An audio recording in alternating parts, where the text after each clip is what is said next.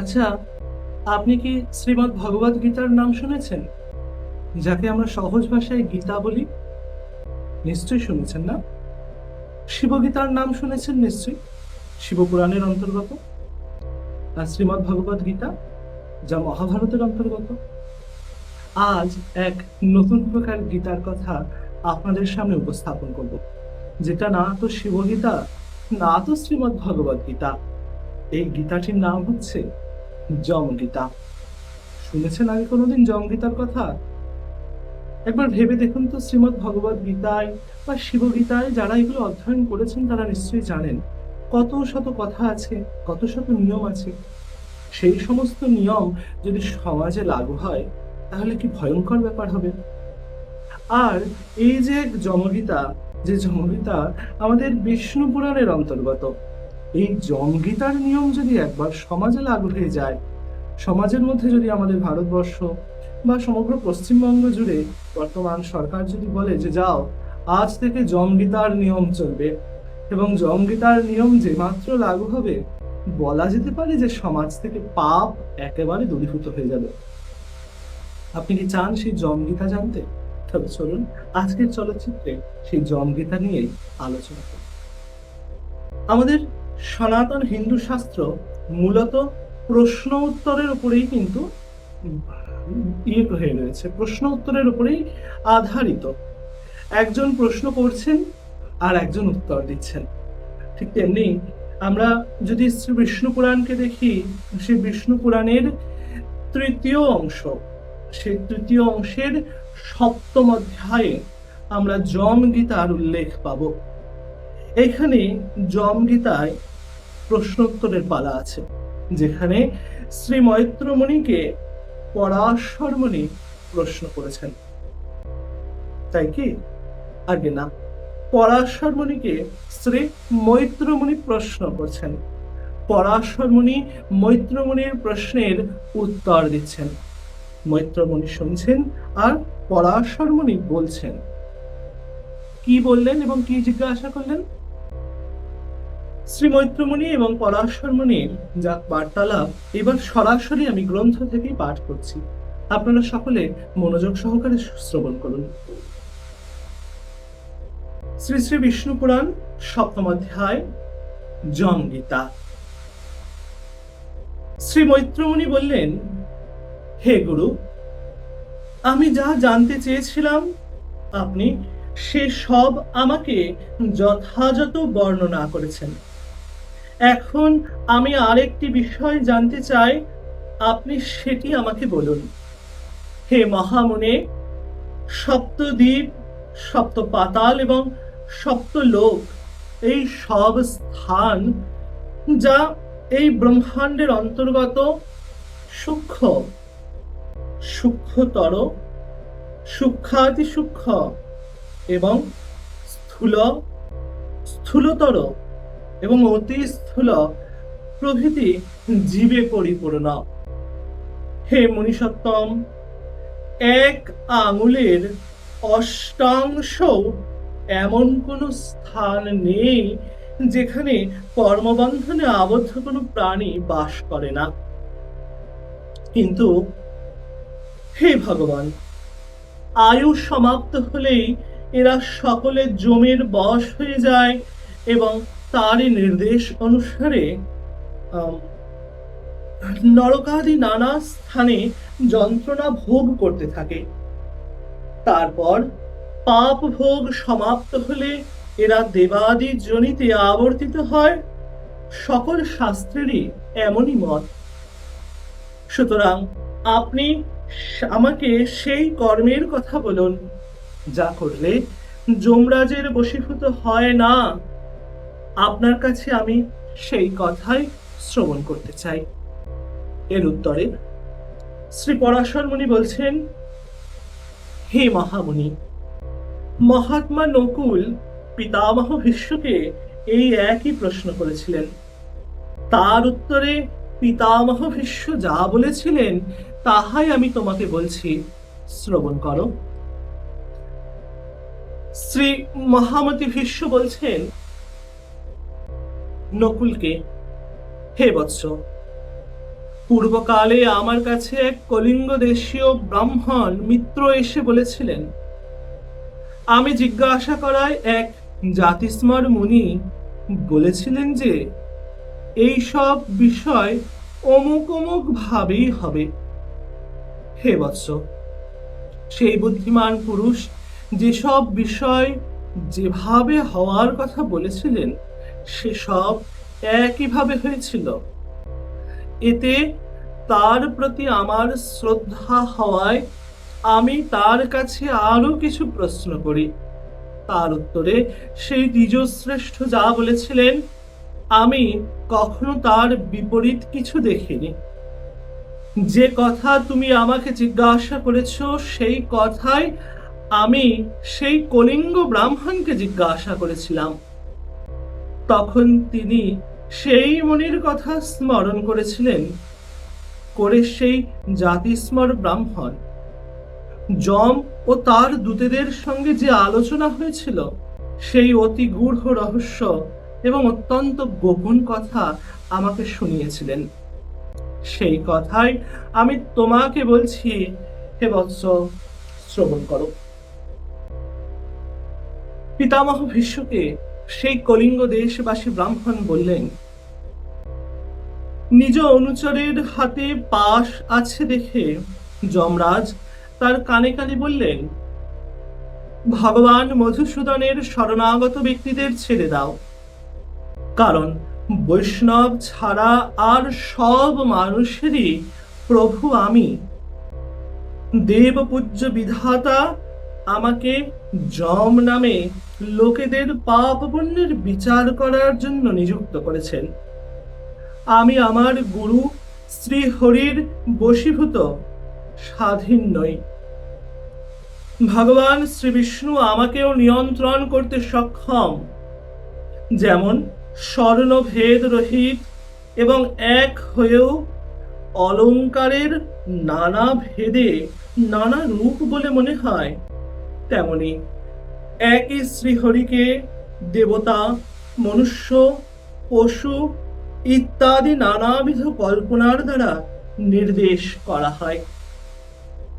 যেমন বায়ু শান্ত হলে তাতে ভাসতে থাকা অণু পরমাণু নিশ্চেষ্ট হয়ে পৃথিবীর সঙ্গে মিশে এক হয়ে যায়, তেমনি গুণ ক্ষোভ থেকে উৎপন্ন হওয়া সমস্ত দেবতা, মানুষ, পশু ইত্যাদি সেই সনাতন পরমাত্মাতে লীন হয়ে যায়। যিনি ভগবানের দেবাদিদেব গণের দ্বারা আরাধিত, চরণ কমলে পরমার্থ বুদ্ধিতে বন্দনা করেন, ঘৃতাহুতির দ্বারা প্রজ্বলিত অগ্নির ন্যায় সমস্ত পাপ বন্ধন থেকে মুক্ত হয়ে সেই পুরুষকে তুমি দূর থেকে দর্শন করে ছেড়ে দেবে। যমরাজের এহেন কথা শুনে পাশ হাতে যমদূত তাকে জিজ্ঞাসা করলেন, প্রভু, সকলের বিধাতা শ্রী হরির ভক্ত কিভাবে হওয়া যায়? আপনি আমাদেরকে তা বিস্তারিতভাবে বলুন। যমরাজ বললেন, যে পুরুষ নিজ ধর্ম বর্ণ থেকে বিচলিত হন না, সুহৃদ ও বিরোধীদের প্রতি সমভাব বজায় রাখেন, কারো দ্রব্য চুরি করেন না, কোনো জীবকে হিংসা করেন না, সেই রাগাদি আসক্তি শূন্য নির্মল চিত্ত ব্যক্তিকে ভগবান শ্রী বিষ্ণুর ভক্ত বলে জানবে। যে নির্মলমতি ব্যক্তির চিত্ত কলি কলুষ রূপের মলে মলিন হয়নি এবং যিনি নিজ হৃদয়ে শ্রী জনার্দনকে স্থাপন করেছেন, সেই ব্যক্তিকে ভগবান অতীব ভক্ত বলে জানবে। তিনি ভগবানের একান্ত ভক্ত। যিনি একান্তে পড়ে থাকা অন্যের মূল্যবান বস্তু তথাপি সোনা, মুদ্রা, অর্থ ইত্যাদি দেখেও নিজ বুদ্ধি দ্বারা তাকে তৃণসম দেখেন, এবং শ্রী বিষ্ণুকে নিরন্তর অনন্যভাবে চিন্তা করেন, সেই নরশ্রেষ্ঠকে শ্রী বিষ্ণুর ভক্ত বলে যেন। কোথায় স্ফটিকগিরি শিলার সমান অতি নির্মল ভগবান শ্রী বিষ্ণু, আর কোথায় মনুষ্যের চিত্তে বিরাজ করা রাগ, আসক্তি, দেশাদেশির দোষ। এই দুয়ের সংযোগ কোনোভাবেই হতে পারে না। চন্দ্রের কিরণ জালে অগ্নি তেজের উষ্ণতাও কখনো থাকতে পারে না। যে ব্যক্তি নির্মল চিত্ত, মাৎসর্য রহিত, প্রশান্ত, শুদ্ধ চরিত্র, সমস্ত জীবের সুহৃদ, প্রিয় এবং হিতবাদী ও অভিমান মায়ারহিত হন, তার হৃদয়ে ভগবান বাসুদেব সর্বদা বিরাজ করেন। সেই সনাতন ভগবানের হৃদয়ে বিরাজমান হওয়ায় সেই ব্যক্তি এই জগতে সৌম্য মূর্তি হয়ে ওঠেন। এছাড়াও যেমন নবীন শালবৃক্ষ নিজ সৌন্দর্য দ্বারায় তার ভিতরের অতি পূর্ণ, অতি সুন্দর পার্থিব রস প্রকাশিত করে, হে দূত, যম ও নিয়মের দ্বারা যার পাপরাশি দূরীভূত হয়েছে, যার হৃদয়ে নিরন্তর শ্রী অচ্যুতানন্দ শ্রী গোবিন্দ, সেই গোবিন্দতেই যিনি সদা সর্বদা আসক্ত থাকেন এবং যার মধ্যে গর্ব, অভিমান ও মাৎসর্যের লেশ মাত্র নাই, সেসব মানুষদের তুমি দূর থেকেই পরিত্যাগ করবে। শঙ্খ চক্র গদাধারী অব্যয় আত্মা ভগবান শ্রীহরি হৃদয়ে বিরাজ করায় সেই পাপ নাশক ভগবানের দ্বারা সেই ব্যক্তির সর্বপাপ বিনাশ প্রাপ্ত হয়। সূর্য বিরাজ করলে অন্ধকার কিভাবে থাকতে পারে? যে ব্যক্তি অপরের ধন হরণ করে, জীবের হিংসা করে, মিথ্যা ও কটু ভাষা বলে, সেই অশুভ কর্মত্ব, দুষ্টবুদ্ধি, কর্মন্মত্ত ব্যক্তিদের হৃদয়ে ভগবান কদাপি থাকতে পারেন না। যে কুমতি অপরের বৈভব সহ্য করতে পারে না, যে অপরের নিন্দা করে, সাধু ব্যক্তিদের দ্বারা অপকার করে এবং সম্পন্ন হয়েও শ্রী বিষ্ণুর পূজা না করে বা তার ভক্তদের দান না করে, সেই অধমের হৃদয়ে কখনো শ্রী জনার্দন ভগবান বাস করেন না।